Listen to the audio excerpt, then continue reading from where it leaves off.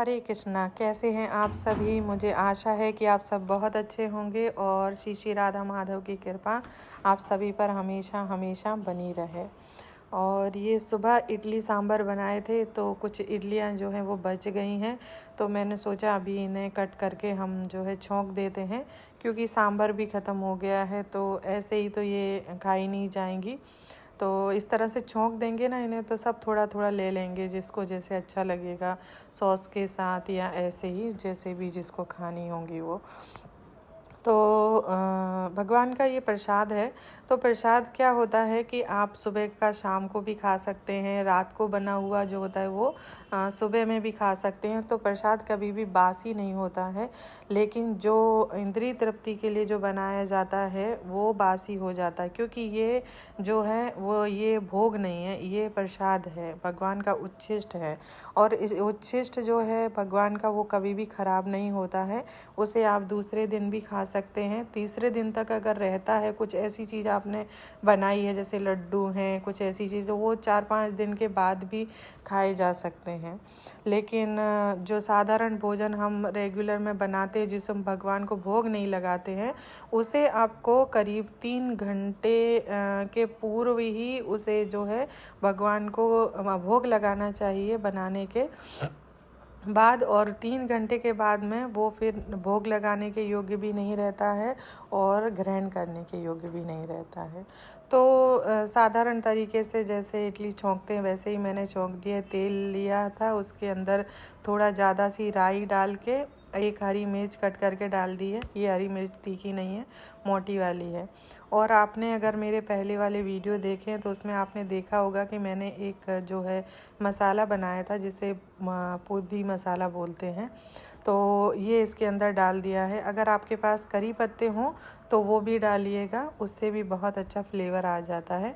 मेरे पास नहीं थे इस समय, तो जो ये मसाला है इसके अंदर भी करी पत्ते हैं, जब हमने इसे पीसा था तभी, तो फ्लेवर तो आ ही जाएगा इसके अंदर। और काफ़ी सॉफ्ट हो गई हैं ये इडली जो है वो, और ऊपर थोड़े स्पॉट भी आ गए, आप देख सकते हैं, क्रंची भी हो गई हैं। तो ये तैयार हो चुकी हैं। आप इनको सॉस के साथ और जैसे भी आपको अच्छी लगे वैसे इनको ग्राइंड कर सकते हैं। और मैंने एक और रेसिपी आप सबके लिए बनाई है। एक्चुअली मैं ट्राई कर रही थी, लेकिन मुझे लगा कि मुझे शेयर करनी चाहिए आपके साथ में, इसीलिए मैं शेयर कर रही हूँ। ये हम छोलों से जो है कॉफ़ी बनाने जा रहे हैं। ये मैंने देखी थी 1-2 वीडियो में, तो मैंने सोचा कि जो कॉफ़ी लवर हैं, जिनको चाहिए ही चाहिए, तो उनके लिए ये रेसिपी बना के देखते हैं, और मुझे ठीक लगी इसलिए मैंने सोचा शेयर कर देती हूँ। हालांकि मुझे कॉफ़ी वगैरह की कुछ भी क्रेविंग नहीं होती है, और ना ही मैं चाय कॉफ़ी लवर हूँ। पहले से ही कृष्ण की इतनी कृपा रही है कि मुझे शुरू से ही चाय कॉफ़ी बिल्कुल पसंद नहीं थी। और प्लेटफॉर्म वगैरह सब अच्छी तरह से क्लीन हो चुका है। उसके बाद ही मैं रसोई में ये कॉफ़ी की जो रेसिपी है वो बनाने के लिए आ गई हूँ। तो जैसा मैं बता रही थी कि मुझे बिल्कुल भी क्रेविंग नहीं होती है, शुरू से ही मुझे पसंद ही नहीं है चाय कॉफ़ी। तो ये भगवान की एक तरह से कृपा है, क्योंकि चाय कॉफ़ी छोड़ना बहुत मुश्किल होता है। मैंने देखा है बहुत सारे भक्तों को बहुत परेशान होते हैं वो।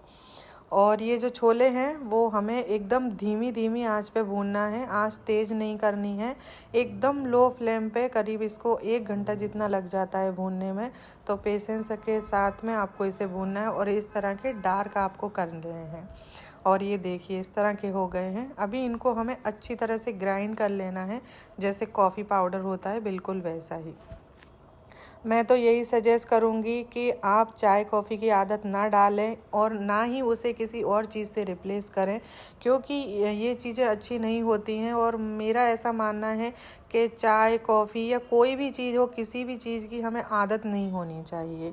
हम हर परिस्थिति में कहीं पर भी किसी भी तरह से रह सकें, हमारे शरीर को ऐसा होना चाहिए। लेकिन जो कि बिगिनर हैं, शुरुआत में जो नहीं छोड़ पा रहे हैं, ये उनके लिए मैंने शेयर की है।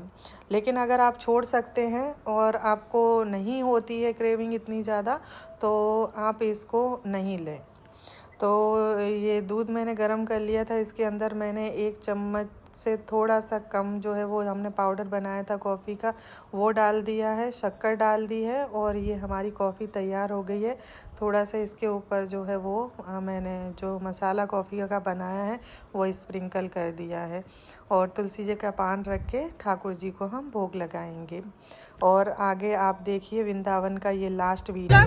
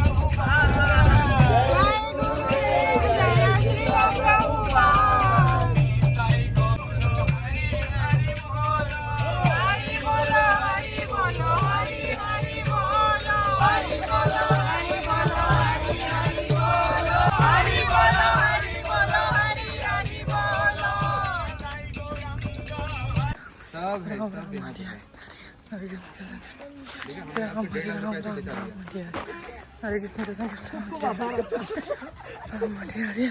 हरे कृष्ण जय जय राम। हाँ खतरों से बचा दिया, नहीं तो यहाँ चली जाते पिक्चर में बैठ के चलेंगे साइड से डुब हो गए नीचे खाई के नीचे और सामने से गाड़ी आएगी तो ये लगेगा अभी टकराने वाली है। लेकिन क्या होता है ना, उनके बाद यहाँ शिला में बैठ के लक्ष्मण जी ने तपस्या करी थी त्रेता युग में, तो वो शिला ऐसे हिलती थी तो इस जगह का नाम लक्ष्मण झूला पड़ गया। द्वापुर युग में जब 80 वर्ष तक नंद बाबा जसोदा मैया के कोई बच्चा नहीं हो तो उन्हें ये मनोती वाणी कि हमारे कोई बच्चा हो जाए हम नंदारायण की यात्रा करें। तो कुछ दिन बाद भगवान श्री कृष्ण ने अवतार ले लिया। जब भगवान 5-6 वर्ष के हो गए तो नंद बाबा अपनी यात्रा की तैयारी करने लगे। भगवान ने पूछी बाबा आप कहाँ की तैयारी कर रहे हो? बोले हम नंदारायण की यात्रा के लिए जा रहे हैं। बोले बाबा मैं यहाँ ब्रज में आपको दर्शन करा दूंगा, क्यों भगवान को मालूम ही यहाँ नर और नारायण गुप्त रूप में तपस्या कर रहे हैं। तो पूरे ब्रजवासी भगवान श्री कृष्ण यहाँ आए और भगवान से कही लाला कहाँ है हमको दर्शन कराओ। बोले बाबा तुम आंख बंद करके आ देखो ये तो नर पर्वत है, ये हाँ ये नर पर्वत है, ये नारायण पर्वत है, बीच में ये गणेश पर्वत है। ये जी गणेश जी जैसा आकार बनो है थोड़ा नीचे, हाँ नीचे नो आ रही है। और इधर को गंगोत्री की धारा देखो ये गंगोत्री की धारा और दोनों के बीच में से आ रही है जो जम्मोत्री की धारा है। जी सफेद सफेद सफेद दिख रही है वो, हाँ हाँ सफेद सफेद दिख रहा है। ये अलकनंदा है इधर की साइड में। अच्छा हाँ अलकनंदा। तो चलो चलो चलो धीरे धीरे धीरे धीरे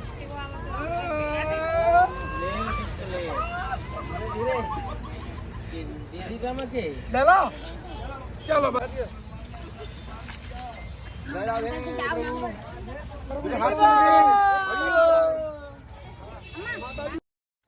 और ये फिसलन घाटी थी जहाँ पर भगवान जो है खेला करते थे, तो उसी पर हम सब लोग फिसल रहे थे और सब वहाँ गए थे। सिर्फ मैं ही लास्ट में रह गई थी, तो मैंने मना किया मुझे नहीं जाना है। तो प्रभु जी वगैरह ने बोला कि नहीं आपको जाना है, जाइए, सब लोग जाकर आए हैं। तो फिर मैं भी 2 बार जाके वहाँ फिसल के आई। और ये अभी हम आ गए हैं नंदगांव और यहाँ पर जो है यहाँ प्रतियोगिता चल रही है मक्खन निकालने की दही में से। तो यहाँ 3-4 हांडियाँ जो है वो तैयार की गई थी और सब ने जो है मक्खन निकालने में भाग लिया और बहुत अच्छा आनंद यहाँ पर आया हम सभी को। यहाँ दर्शन भी बहुत अच्छे हुए हम सबको को। और उसके बाद में फिर यहाँ से भी हम सब जो है होटल वापस आ गए। और फिर यहाँ हमें दीपदान वगैरह करना था, तो हम सब ने आकर यहाँ पे दीपदान किए। और उसके बाद में कीर्तन चल रहा था, तो बस कीर्तन किया। और यहाँ पे सभी ने बहुत जो है आनंद के साथ, उत्साह के साथ नृत्य किया है, तो बहुत अच्छा लग रहा था। वृंदावन से जाने के बाद में वृंदावन की बहुत याद आई वापस आने के बाद, लेकिन क्या करें, कोई ऑप्शन नहीं है, वापस तो आना ही था। वहाँ की यादों को हम अपने साथ लेकर आए। और ये है रमन रेती, तो यहाँ पर हम जो है बहुत आनंद के साथ, यहाँ सभी ने बहुत ही आनंद उठाया, लाभ उठाया। और माता जी की अलग कबड्डी चल रही है और प्रभु जी की अलग कबड्डी चल रही है। बताया जाता है कि जब भगवान ने अपने पैरों में जूते पहनने से मना कर दिया था मैया यशोदा से, तो जो गायें थीं उन्होंने जब ये सुना कि भगवान हमारी वजह से पैरों में जूते नहीं पहन रहे हैं, तो उन्होंने ये जो रमन रेती जिस जगह है ये, यहाँ बहुत मोटे मोटे पत्थर हुआ करते थे और भगवान यहाँ गाय चराने आया करते थे। तो गायों ने अपने खुरों से यानी कि अपने पैरों से उन पत्थरों को इस तरह से कुचल दिया था कि इसको एकदम रेत जैसा सॉफ्ट, एकदम मुलायम बना दिया था, ताकि भगवान के पैरों में कंकड़ पत्थर ना चुभे। तो डिटेल में फिर हम किसी दिन इसके बारे में चर्चा करेंगे, लेकिन मैंने अभी बड़ा जो है वो आपको बता दिया है। और इतनी सॉफ्ट यहाँ की जो रेत है वो होती है कि क्या बताएं। धन्यवाद। हरे कृष्णा, हरि बोल।